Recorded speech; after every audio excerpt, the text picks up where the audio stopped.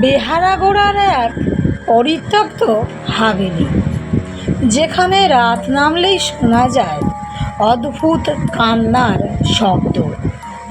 বহু মানুষ সেখানে গিয়ে আর ফিরে আসেন।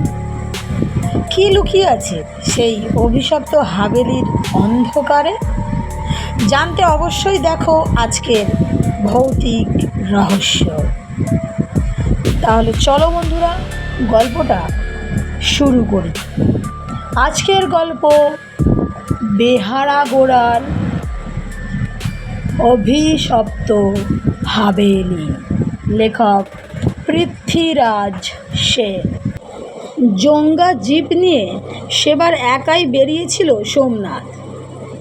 সোমনাথ মিত্র, পেশায় চার্টার্ড অ্যাকাউন্ট্যান্ট, বয়স 31, মেদহীন সুঠাম চেহারা, ঝকমকে দুটি চোখে বিচ্ছুরিত হয় বুদ্ধির আভা। মোটর কার রেসিং হলো তার একমাত্র শখ। সেই কবে 7 বছর বয়সে বাবার রোলস রয়েজ গাড়িতে চাবি ঘুরিয়ে হাতে খড়ি হয়েছিল সোমনাথের। তারপর দেখতে দেখতে জীবনের অনেকগুলো বছর কেটে গেল। এখনও যখন সে ব্যস্ত থাকে ডেবিট আর ক্রেডিটের কঠিন নিয়মরীতির ধাঁধায়, কিছুতেই মেলাতে পারে না ব্যালেন্স শিটের শেষ অঙ্ক, তখন চোখ পড়ে যায় তার অফিসের দেওয়ালের টাঙানো মোটর রেসিং কারের ছবিগুলোর দিকে। কলোরাডোর উন্মুক্ত প্রান্তর, টেক্সাসের কোনো ঘনায়মান সন্ধ্যার অন্ধকারে দ্রুত বেগে ছুটে যাওয়া আল্ট্রা মডার্ন ওভাল শেপের রেসিং কার হাতছানি দেয় সোমনাথকে। তাই ছুটে বেরিয়ে পড়ে সে একটি র্যালিতে অংশ নেবে বলে। র্যালির মাধ্যমে সারা ভারতবর্ষের বুকে পা রেখেছে সোমনাথ। কখনো চলে গেছে হিমালয়ের কোলে। একটি চড়াই পার হতে হতে চোখের নিমিষে স্পিডোমিটারের কাঁটাকে 120-র ঘরে পৌঁছে দিতে দিতে হৃৎপিণ্ডের মাঝে একটা আশ্চর্য উত্তেজনা অনুভব করেছে সোমনাথ। আবার কখনো পশ্চিম ভারতের রুক্ষ মরুপ্রান্তের ছুটিয়ে দিয়েছে তার রেসিং কার। অবাক হয়ে দেখছে কেমনভাবে খেজুর আর কাঁটার ঝোপের অন্তরালে সূর্যাস্ত হচ্ছে। এমনভাবে ঘুরতে ঘুরতে শুধু নদী আর পাহাড় আর অরণ্যের সাথেই কথা বলে না সোমনাথ। যখন যেখানে যায় দু চোখ মেলে সেখানকার সহজ সরল সাধারণ মানুষের জীবনধারা দেখার চেষ্টা করে। নিয়মিত ডায়েরি লেখে সে। দিনলিপির পাতায় পাতায় সে লিখে রাখে সারা ভারতের নানা প্রান্তের ওইসব অচেনা অজানা মানুষগুলোর সুখ দুঃখ ভরা জীবনের ইতিকথা। বেহারাগোড়াতে যখন এসে থামল সে, তখন একটু দূরে গম, যব, জোয়ার আর বাজরা খেতে সূর্য পাটে বসেছে।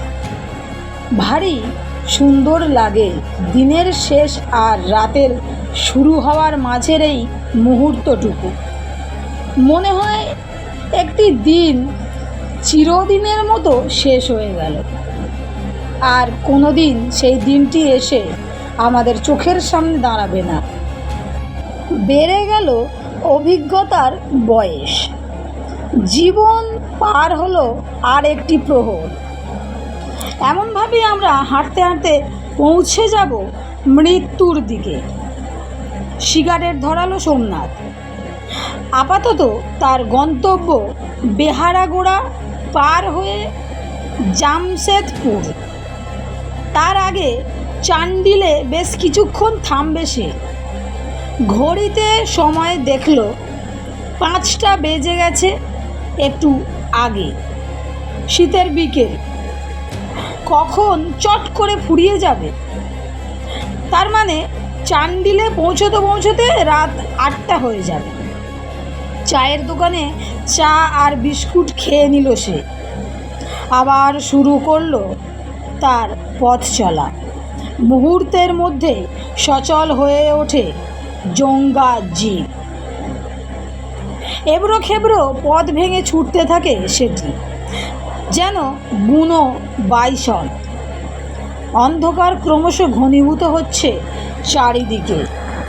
আগে দুপাশের ঈষৎ হলুদ জবের ক্ষেতগুলো নজরে পড়েছিল, এখন সেখানে চাপ চাপ অন্ধকারে ভূত দল বেঁধে দাঁড়িয়ে আছে। বন্ধুরা, গল্পটি আজকে এই পর্যন্তই। এই গল্পের পরের পার্ট নিয়ে খুব শিগগিরই ফিরবো।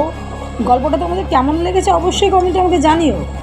আর ভালো লেগে থাকলে বন্ধুদের সঙ্গে শেয়ার করে চ্যানেলটি সাবস্ক্রাইব করে লাইক করে আমার পাশে থেকো, যাতে আরও ভয়ঙ্কর আরও নিত্য নতুন গল্প তোমাদের আমি শোনাতে পারি। তোমাদের গল্প শোনাতে পেরে আমি খুব খুশিও হই। আর তোমরা অবশ্যই অবশ্যই জল খাবে, অতিরিক্ত গরম পড়েছে সবাই দেখছো। অবশ্যই জল খাবে, অবশ্যই জল খাবে। আর সবাই ভালো থাকবে, সবাইকে ভালো রাখবে, সুস্থ থাকবে নিজেরাও, আর সুস্থ রাখবে সবাইকে।